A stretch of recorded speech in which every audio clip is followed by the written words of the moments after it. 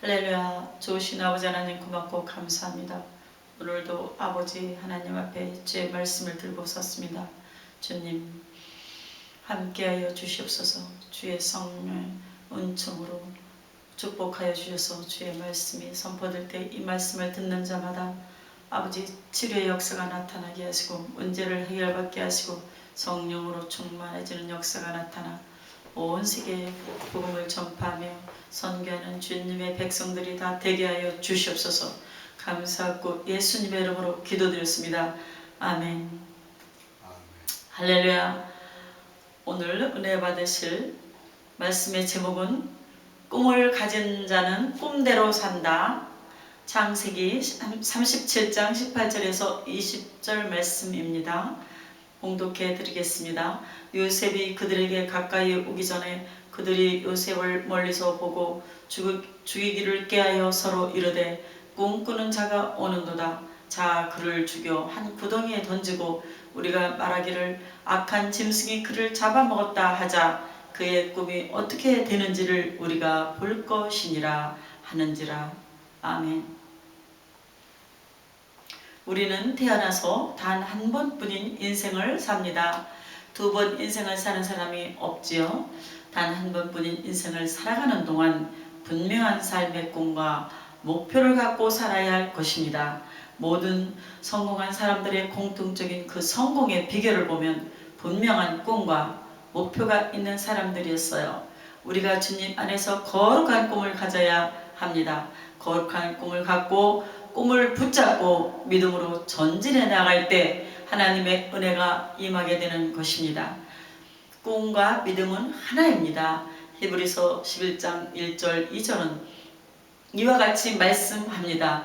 믿음은 바라는 것들의 실상이요 보이지 않는 것들의 증거니 선진들이 이로써 증거를 얻었느니라.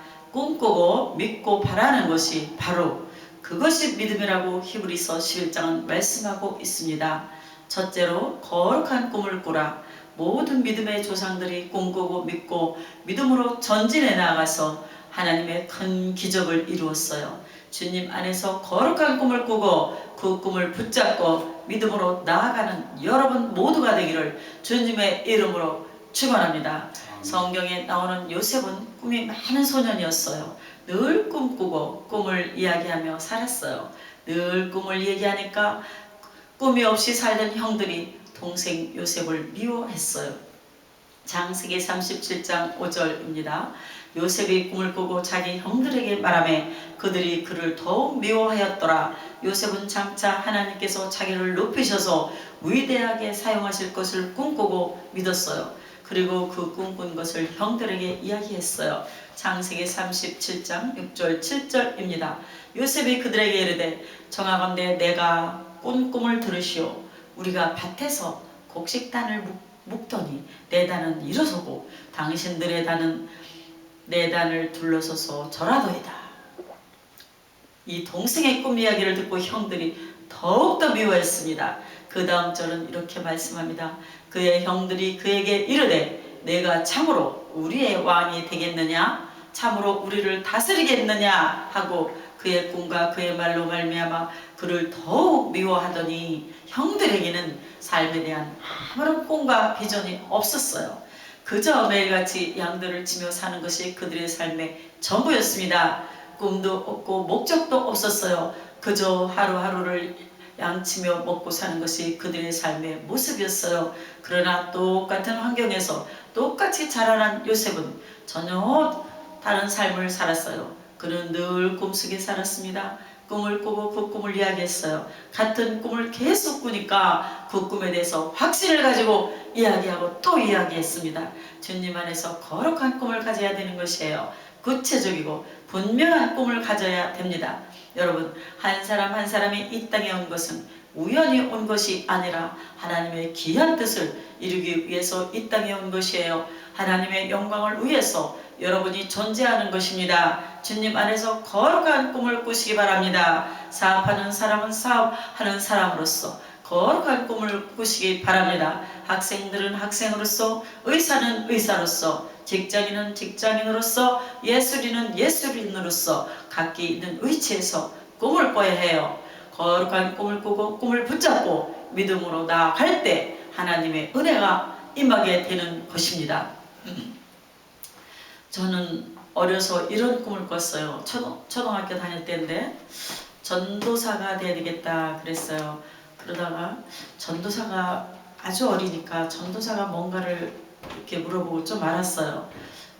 전도사 되고 목사님 되고 그거를 이제 좀 알았어요. 그래서 전도사는 너무 꿈이 작다. 그래서 나는 한국뿐 아니라 온 세계 향해서 전도를 해야 돼. 그래서 이제 전도자로 바꿨어요. 그래가지고 그래 나는 크면 전도자가 돼야 돼. 그렇게 꿈을 꿨어요. 그리고 조금 이제 청년이 돼가지고 이제 회사 다닐 때는 그 회사 일이 저에게 재미가 없었어요. 너무 잘해줘도 재미가 없었고 그래서 기도를 하는데 하나님께서 저에게 확실한 꿈을 주셨어요. 세계 선교사에 사명을 주노라. 이런 기도할 때 이런 음성을 듣고 신학을 하게 되었고 또한 신학교 가서 공부를 하게 되었고 또한 조영기 목사님 설교를 듣는데 오늘과 같은 똑같은 이런 말씀이었어요. 인생의 최대의 꿈을 가져라. 그 다음에 둘째 목적을 정해라. 그 다음에 그 목적을 정했으면 실패할 것을 두려워하지 말라. 그러면 하나님께서 그 꿈을 향한 사람으로 번쩍번쩍 들어서 옮겨주신다. 그래서 저는 목적을 정했었어요. 그래 나는 선교사. 지금은 아니지만 선교사가 되려면 뭔가 준비를 해야 되겠다. 목적을 정했는데 그때 제 머릿속에 4가지를 정했어요. 그래 한국은 모르겠으나 애국에 나가면 반드시 운전을 해야 되겠고 그래서 운전을 면허증을 땄고요. 또 영어를 해야 되겠지. 미국으로 갈지 어디로 갈지 모르지만 우선 영어가 저의 머릿속에 들어왔어요. 그래서 종로에 있는 영어 학원을 열심히 다녔어요.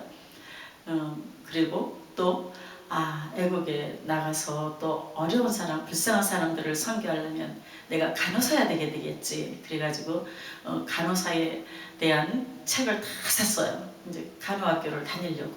그리고 또 하나, 그래 나는 또 반주도 해야 되겠지. 그래가지고 또 열심히 또 음악 학원을 다녀가지고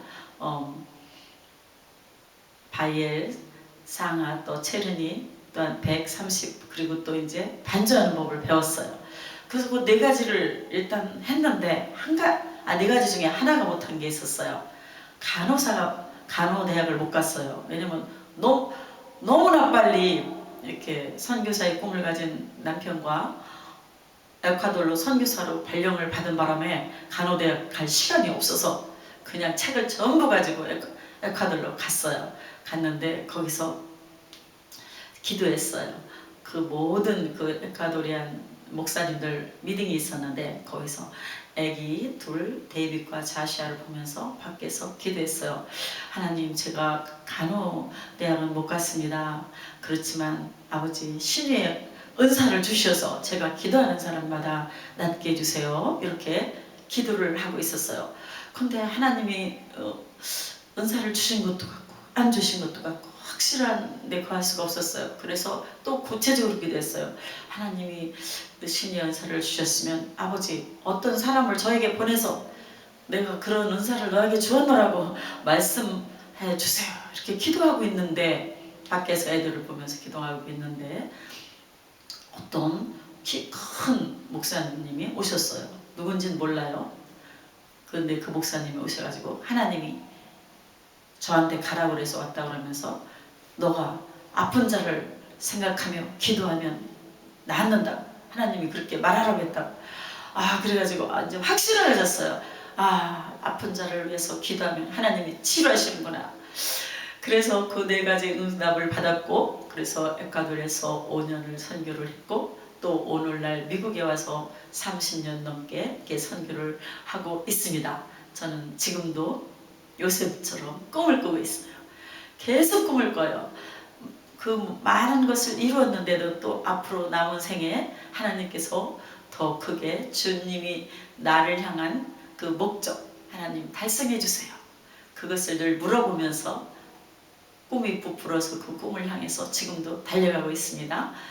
요셉은 거룩한 꿈을 꿨어요. 장차 내가 하나님이 높이셔서 위대한 사람이 되어 하나님의 영광을 나타내는 그 귀한 일을 맡게 될 것이라는 꿈을 꿨어요.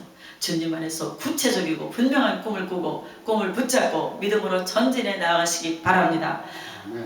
그저 목적 없이 방향도 없이 무르 위를 떠다니는 낙엽 같은 인생을 살지 말고 하루 살아도 분명하게 거룩한 꿈을 붙잡고 믿음으로 전진해 나가는 여러분 모두가 되기를 주님의 이름으로 축원합니다. 여러분 각자의 삶에 대한 거룩한 꿈을 꾸고 꿈을 붙잡고 믿음으로 전진해 나가야 해요. 분명한 꿈을 가져야 됩니다. 지금까지 꿈이 없이 살았다고 하면 오늘 이 시간 여러분의 마음에 거룩한 꿈을 가지시기 바랍니다. 여러분 개인에 대해서, 여러분의 자녀에 대해서, 여러분 직장에 대해서, 여러분 사업에 대해서 거룩한 꿈을 꾸시기 바랍니다. 주여 내게 거룩한 꿈을 주셔서 주님 안에서 꿈을 이루어나가는 저희 모두가 되게 하여 주시옵소서. 이렇게 기도하면서 나아가시기 바랍니다. 둘째로 고난의 과정을 극복하라.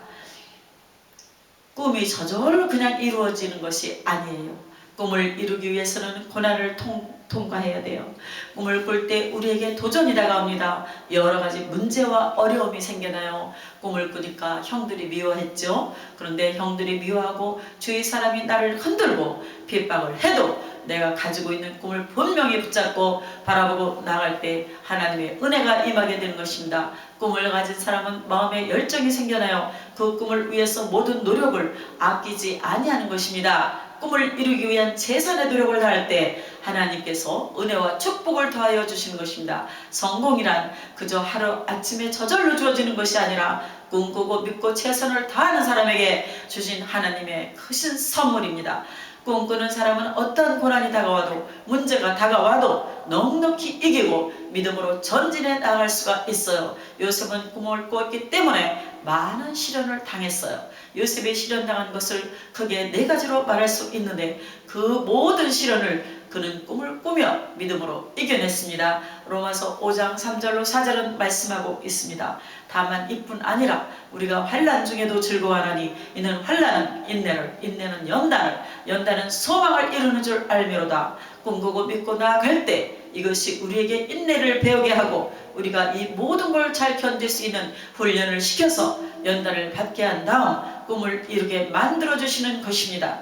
요셉의 꿈을 꾸니까 형들이 미워했죠. 첫 번째, 시련은 형들이 그를 미워해서 그를 죽이려고 한 것이에요. 같은 형제끼리 그렇게 미워해서 자기를 죽이려고까지 하니 얼마나 그것이 어린 소년 요셉에게는 큰 고통이었겠습니까? 10명의 형이 그를 죽이기로 작정을 하고 그가 아버지의 심부름을 했을 때 구덩이 속에 그를 던져 넣었어요. 죽음 직전까지 갔던 그가 그 근처를 지나가는 상인에게 팔리게 되었죠. 창세기 37장 28절은 설명합니다. 그때 미디안 사람 상인들이 지나가고 있는지라 형들이 요셉을 구덩이에서 끌어올리고 은20에 그를 이스마엘 사람들에게 팔매 그 상인들이 요셉을 데리고 애굽으로 갔더라. 그의 나이 17살이었어요. 17살에 그는 죽음 직전까지 갔다가 노예로 팔리게 됐어요. 두 번째 다가온 시련은 아버지의 사랑을 독차지하고 정말 귀하게 자랐던 그가, 부잣집에서 귀하게 자랐던 그가 가장 낮고 천한 신분인 노예로 전락하게 된 것입니다. 노예의 삶을 살게 되었어요. 창세기 39장 1절입니다. 요셉이 이끌려 애굽에 내려가매 바로의 신하 친위 대장 애굽 사람 보디발 그를 그리로 데려간 이스마엘 사람의 손에서 요셉을 산이라. 요셉은 노예로 팔려갔어. 인간 이하의 취급을 받으면서 말할 수 없는 고통의 시간을 보내야만 했어요. 당시 노예는 인격이 존중되지 않았어요. 짐승처럼 하루 종일 일시키고 부리다가 병들고 약해지면 광야에 갔다가 버렸어요. 그래서 짐승의 밥이 되어 죽는 것이 노예의 최후였습니다. 인격적으로 무시당하고 아침부터 저녁까지 굳은 일을 다 감당해야 했으며 조금이라도 쉬려고 하면 등에 채찍이 그냥 내려치는 그러한 고난의 시간을 보내야 했습니다. 그러나 그러한 노예의 삶도 그의 꿈을 가로막지 못했어요. 그의 꿈을 꺾지 못했습니다. 그는 노예로 살면서도 꿈을 가지고 있는 자리에서 최선을 다했어요. 노예로 팔려온 그 누구보다도 그는 눈이 부리부리한 늘 꿈을 갖고 열심히 일을 해서 그 노예로 팔려온 친위대장 보디발의 집에서 인정받는 그런 노예가 되었어요. 창세기 39장 2절입니다. 여호와께서 요셉과 함께 하심으로 그가 형통한 자가 되어 그의 주인 애굽 사람의 집에 있으니, 그래서 그가 많은 노예 가운데 총무의 직을 맡아서 집의 모든 일을 다 관리하게 됐는데, 그 다음에 세 번째 시련이 다가옵니다. 그 친위대장 보디발의 아내가 그를 억울하게 모함을 했어요. 창세기 39장 17절 18절 20절입니다. 이 말로 그에게 말하여 이르되 당신이 우리에게 데려온 히브리 종이 나를 희롱하려고 내게로 들어왔으므로 내가 소리질러 불렀더니 그가 그의 옷을 내게 버려두고 밖으로 도망하여 나갔나이다. 이에 요셉의 주인이 그를 잡아 옥에 가두니 그 옥은 왕의 제소를 가두는 곳이더라. 요셉이 옥에 갇혔으나 억울하게 누명을 쓰고 감옥에 던져졌어요. 그는 잘못한 것이 없었어요. 그런데 그 친위대장 보디발의 아내가 그를 모함해서 감옥에 집어넣은 것이죠. 그것도 보통 감옥이 아니라 왕의 신하들이 잘못하면 들어가는 그런 엄한 감옥이었어요. 그러니까 거기는 특수한 감옥이라 왕이 사면해주지 않으면 나올 수가 없는 곳인데 그곳에 갇히게 된 것이었죠. 그러나 절망의 감옥도 이 요셉의 꿈을 막지 못했습니다. 요셉의 꿈을 가로막지 못했어요. 요셉의 꿈은 무너뜨리지 못했습니다. 오히려 그는 감옥 안에서 꿈이 마음 가운데 불타올랐던 것입니다. 하나님이 함께 하셨던 것이죠. 감옥에는 다른 모든 사람이 낙심해서 절망에 처해 있을 때 그는 늘 하나님을 바라보며 꿈꾸며 믿음으로 고백했어요. 하나님께서 언젠가 나를 높이시고 주님의 귀한 일을 이루실 것이다. 아멘 할렐루야. 창세기 39장 21절로 23절입니다. 야훼께서 요셉과 함께 하시고 그에게 인자를 도하사 간수장에게 은혜를 받게 하시매 간수장은 그의 손에 맡긴 것을 무엇이든지 살펴보지 아니하였으니 이는 야훼께서 요셉과 함께 하심이라. 야훼께서 그를 범사에 형통하게 하셨더라.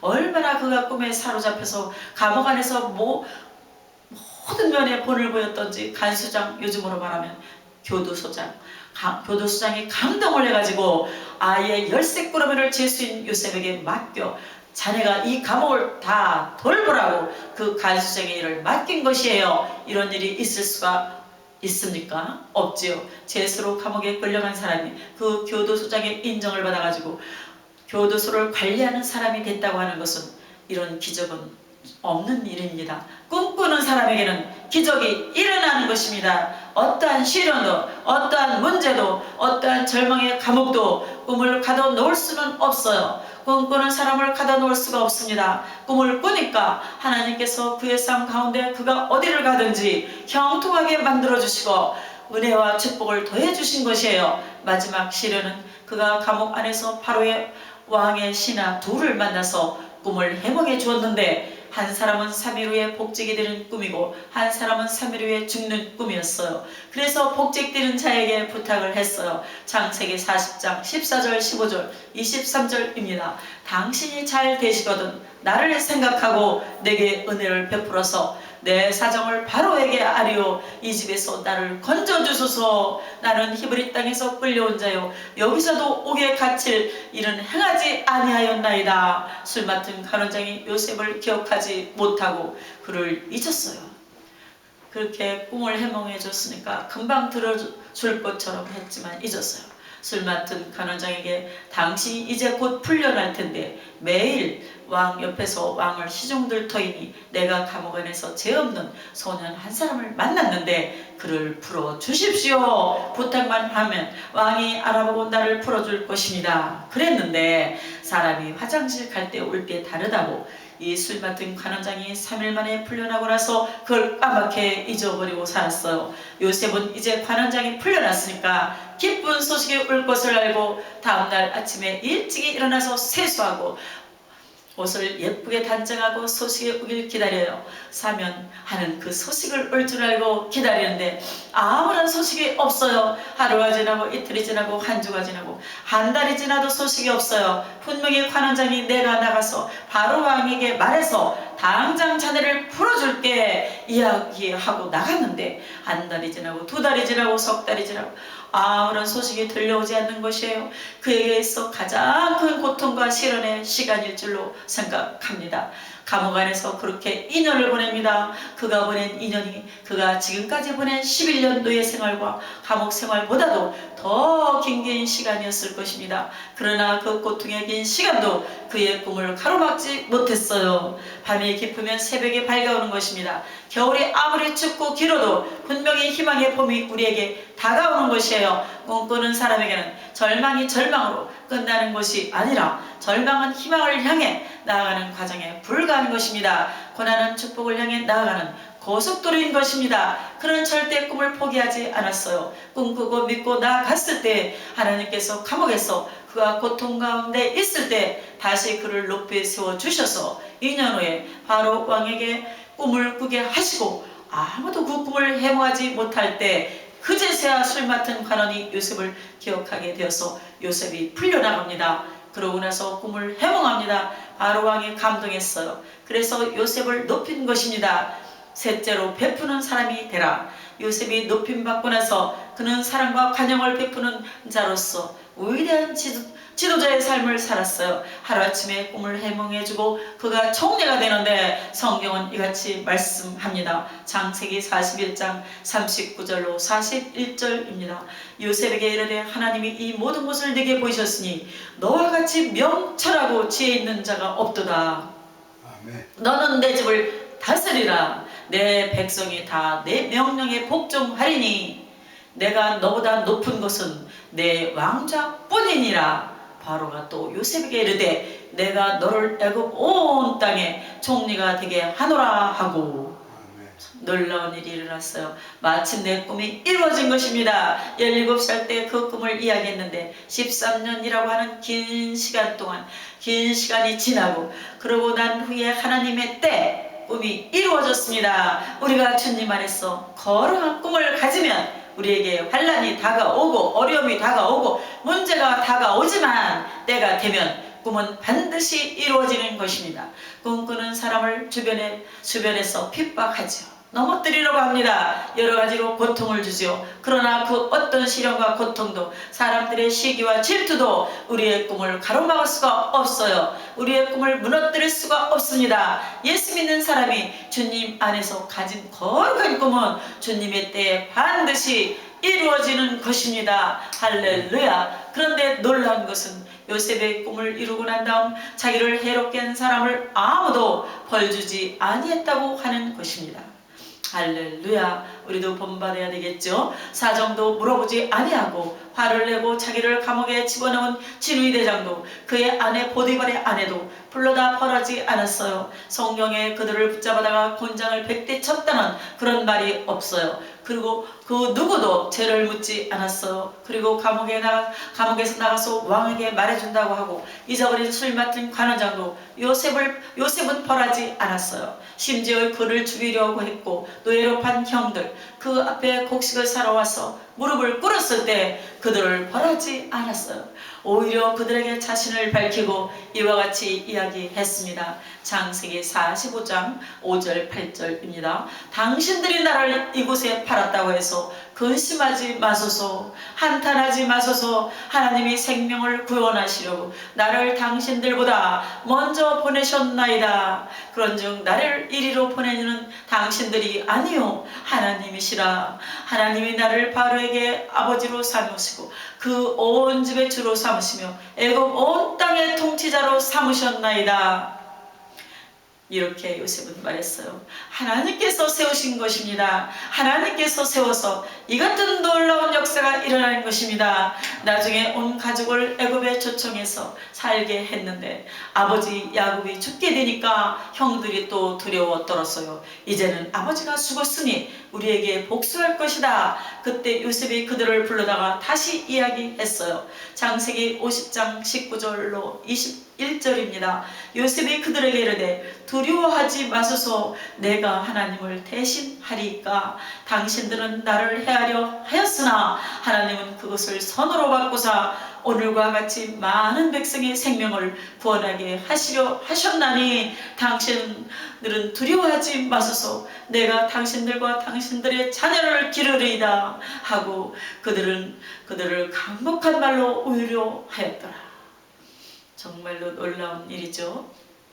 정말로 은혜로운 말씀입니다. 요셉은 부와 권력을 가진 높은 자리에서 자기에게 해를 입히고 피해준 사람들을 벌하지 않았어요. 사랑하고 관용하고 용서를 베풀어서 그들을 품었습니다. 진정한 지도자는 사람을 품는 지도자인 것입니다. 남을 벌하고 상처를 주는 사람이 아니라 사랑하고 품는 사람들이 진정한 지도자인 것입니다. 아멘 할렐루야. 유대인들이 어릴 때 유대인 자녀들에게 하는 교육이 절대로 너는 남 험담을 하지 말아라, 남의 흉을 보지 말아라 하는 것을 매일같이 가르치고 또 가르치고 또 가르친다고 해요. 그래서 유대인들끼리는 절대로 남을 물고 뜯지 아니하고 험담을 하지 않는다고 합니다. 우리가 배워야 합니다. 우리는 무슨 일만 생기면 서로 남 탓하고 물고 뜯는데 주님 우리 예수 믿는 사람들부터 먼저 남에 대해서 험담하지 않게 하여 주시옵소서. 나쁜 말 하지 않게 하여 주시옵소서. 좋은 말을 하고 서로 칭찬하고 격려하고 부족한 일이 있으면 격려하고 아프고 상처 입은 사람을 품어주는 삶을 살게 하여 주시옵소서. 이렇게 기도하며 우리 모두가 이와 같은 삶을 살아야 할 것입니다. 사랑하고 용서하며 살아가는 여러분 모두가 되시기를 바랍니다. 그렇기 때문에 유대인들 가운데 많은 세계적인 지도자들이 탄생한 것입니다. 늘 관용하는 마음을 갖고 품었기 때문에 세계적인 지도자가 유대인들에게서 많이 배출되었어요. 남을 밟고 올라가는 사람들은 결코 성공할 수가 없습니다. 잠시 잘 되는 것 같아도 자기가 남에게 피해를 주고 남의 눈에서 피눈물 나게 하는 사람들은 결국 자기도 부메랑이 되었어 고통 가운데 빠지게 될 것입니다. 진정한 지도자는 사랑으로 섬기는 지도자입니다. 할렐루야. 베풀고 나누는 지도자입니다. 요셉 같은 지도자가 다 되기를 주님의 이름으로 축원합니다. 거룩한 꿈을 꾸고 사랑하고 용서하며 베풀고 나누며 살아가는 위대한 하나님의 사람들이 다 되시기를 주님의 이름으로 축원합니다. 꿈꾸는 사람 유태영 박사를 소개하길 원합니다. 이분은 전북 임실 두메산골에 머슴의 아들로 태어났어요. 그러나 가난했는지 얼마나 가난했는지 형제들은 많은데 그 아버지가 부잣집의 논에서 논을 지으면서 농사를 하면서 거기서 얻어먹고 살았어요. 정말 희망이 없었어요. 그런데 그 가난 속에서도 어린 소년 유태영은 꿈을 꿨어요. 이 지제리도 가난한 농촌을 내가 앞으로 변화시켜서 부유한 농촌으로 만드는 그러한 농촌의 지도자가 되겠다 꿈을 꿨어요. 그런데 그 드메산골에 교회가 들어왔어요. 교회에 요셉 전도사님이 그 교회에 와서 예배를 인도하실 때 어머니랑 같이 교회를 나갔는데 전도사님이 말씀하기를 꿈꾸고 하나님 앞에 기도하면 하나님이 다 들어주십니다. 이렇게 말했어요. 그래서 그때부터 매일같이 새벽에 나가 꿈꾸며 기도하기 시작했어요. 이와 같은 기록이 나옵니다. 아침잠이 많았는데도 새벽이면 벌떡벌떡 일어나 교회로 달려가 기도했다. 장관이나 대통령 면에도 하늘의 별따기인데 하물며 전지전능하신 하나님을 만날 수 있는 일을 어찌 게을리할 수 있겠는가.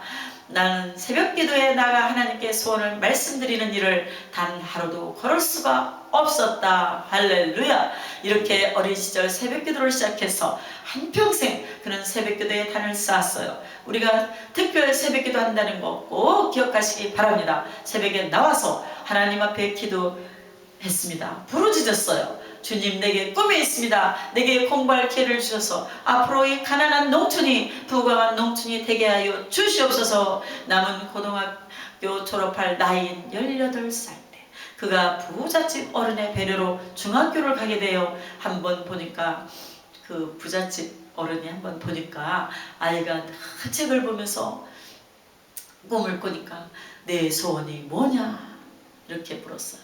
네, 저는 공부하는 게 소원입니다. 그래서 그 부잣집 어른이 그래, 내가 너 중학교 보내줄게. 그래서 중학교를 갑니다. 중학교를 졸업하고 나서 이제 서울에 올라와서 고등학교를 다니면서 또 그가 학업을 진행하는데 야간 고등학교에 들어가고 낮에는 신문 돌리고 구두 닦기 하고 이런 온갖 굳은 일을 하면서 그가 고등학교를 5년이나 다닙니다. 얼마나 가난하고 어려운 삶을 살았던지 그때 이런 기록이 나옵니다. 한 번은 신문을 배달하고 돌아가려는데 쓰레기통에 밥덩어리가 버려져 있는 것을 보였다. 너무 배가 고파 참지 못하고 주위를 살펴보다가 얼른 것을 집어들었어.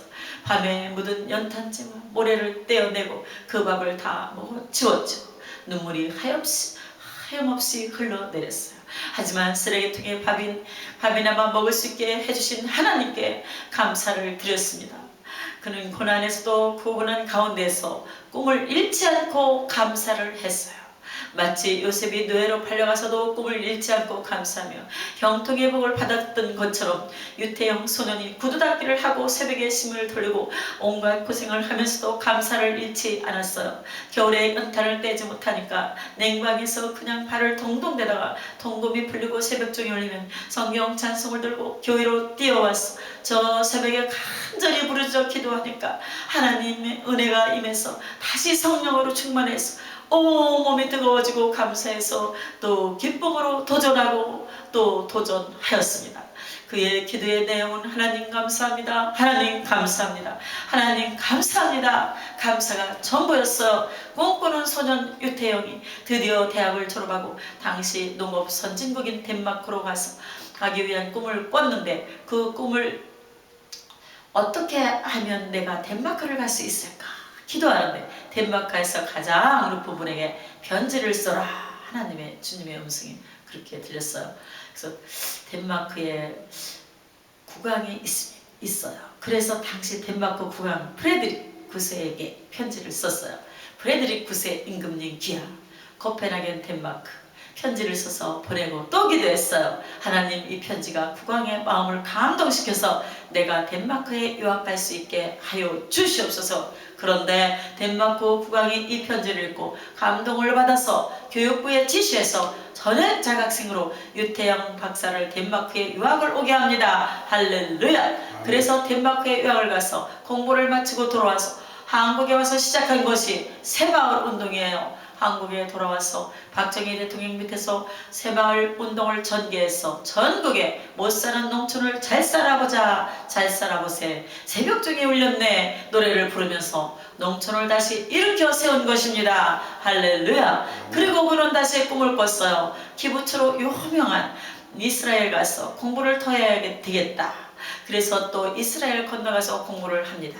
그래서 이스라엘 건너가서 4년 만에 석박사 학위를 받고 동양인 최초로 이스라엘 벤구리온 대학에서 국립대학 교수가 됩니다. 할렐루야. 한국에 돌아와서 건국대학교 교수와 부총장을 역임하고 은퇴한 후에 농촌과 청소년 발전을 위해 활동하고 계십니다. 하나님께서 꿈꾸는 사람 유태영과 함께 했던 것입니다. 이와 같은 고백을 합니다. 모두는 나는 하나님의 뜻이 무엇인지 잘 몰라 우왕좌왕하거나 갈등할 때가 많았어요. 그러나 더 성경을 읽고 공부하고 기도를 쉬지 않는다. 자기가 우둔한 걸 알기 때문에 더 성경을 공부하고 기도하는 것을 쉬지 않는다. 메시아 하나님께 물어 그 답을 얻을 수가 있기 때문이다. 기도에 있어서 가장 중요한 것은 성경을 읽고 말씀에 의지해 기도하는 것이다. 그래야만 바쁘고 다급한 일투성인 현대사에서 우리의 뜻이 아니라 하나님의 뜻을 구할 수가 있다. 이렇게 유태영 박사는 이렇게 말하고 있습니다. 여러분 주님 안에서 거룩한 꿈을 꾸시기 바랍니다. 꿈을 이루기 위해서 꿈을 붙잡고 믿음으로 전진해 나가시기 바랍니다. 최선을 다하시기 바랍니다. 여러분 부족하면 부족한 대로 능력이 있으면 능력 있는 대로 그 있는 곳에서 최선을 다하면 하나님께서 그 꿈을 향한 길로 우리를 번쩍번쩍 들어서 옮겨 주십니다. 여러분 꿈을 꾸며 나아갈 때 여러분 주위에서 여러분을 끌어내리려고 하는 사람이 있을 것입니다. 비난하는 사람도 있을 것입니다. 꿈꾸는 사람은 주변에서 누가 뭐라 해도 거기 개의치 않아요. 공격하는 사람들이 있어도 그런 공격에 기울이지 않아요. 꿈을 붙잡고 믿음으로 전진해 나아가는 것입니다. 꿈을 붙잡고 믿음으로 전진 또 전진해 나아갈 때 하나님께서 하나님의 때에 반드시 꿈이 이루어지게 만들어 주시는 것입니다. 주님 안에서 거룩한 꿈을 꾸는 자들이 되기를 주님의 이름으로 부탁드립니다. 지금까지 우리가 꿈이 없이 살아왔다면 이 시간 하나님이 내게 주신 사명이 무엇인지 내가 그 꿈을 깨달아 알게 하시고 내 남은 여생 그 꿈을 이루기 위해 살아가게 하여 주시옵소서. 이렇게 기도하는 여러분이 되시기를 바랍니다. 여러분 개인의 거룩한 꿈을 꾸시기 바랍니다. 여러분 자녀를 위한 거룩한 꿈을 꾸시기 바랍니다. 여러분 직장에서, 여러분 가정에서, 여러분 사업장에서 거룩한 꿈을 꾸시기 바랍니다. 하나님이 나를 택하고 부르셨으니 내가 하나님의 영광을 위해서 어떻게 쓰임받을지 주여 내게 꿈을 주시고 꾼 꿈을 이룰 수 있게 하여 주시옵소서. 요셉같이 불태질의 믿음으로 꿈을 이루는 그날까지 믿음으로 전진 또 전진해 나가게 하여 주시옵소서. 거룩한 꿈을 꾸는 자가 될 때 하나님께서 여러분과 함께 하셔서 놀라운 일이 이루어지게 만들어 주시고 하나님의 때의 꿈이 반드시 이루어지게 만들어 주실 것입니다. 아멘. 할렐루야. 제가 찬송가를 읽어드리겠습니다. 주여 지난밤 내 꿈에 1절 주여 지난밤 내 꿈에 배었으니 그 꿈 이루어 주옵소서. 밤과 아침에 계시로 보여주사 항상 은혜를 주옵소서. 나의 놀라운 꿈 정녕 남이끼는 장차 큰 은혜 받을 편이 나의 놀라운 꿈 정녕 이루어져 주의 얼굴을 배우리다. 아멘. 여러분의 꿈이 무엇입니까? 주님의 여러분을 향한 꿈과 사명을 여러분 깨달아 알고 있습니까? 그 꿈에 붙잡혀 살고 있습니까? 꿈에 붙잡히면 꿈이 여러분의 미래를 이끌어가는 것입니다. 아까 말씀드렸듯이 현재 가정부면 가정부로서, 학생이면 학생으로서, 목사님이면 목사님으로서, 직장인은 직장인으로서 현실에 충실하면, 그래야 꿈에 붙잡히면 그 꿈이 여러분의 미래를 이끌어가는 것이에요. 옮겨주는 것이에요. 꿈이 없는 사람은 아무런 의미 없는 인생을 살다 끝나게 됩니다. 지금 이 시간 거룩한 꿈, 인생 최대의 꿈 가지시기 바랍니다. 목적을 정하고 실패할 걸 두려워하지 말고 현실에 충실하는 여러분이 되시기를 바랍니다. 남은 여생 주님의 손에 붙잡혀 거룩한 꿈을 이루며 하나님의 영광을 위해 살게 하여 주시옵소서. 거룩한 꿈을 꾸는 위대한 하나님의 사람들이 다 되시기를 주님의 이름으로 축원합니다. 아멘. 할렐루야.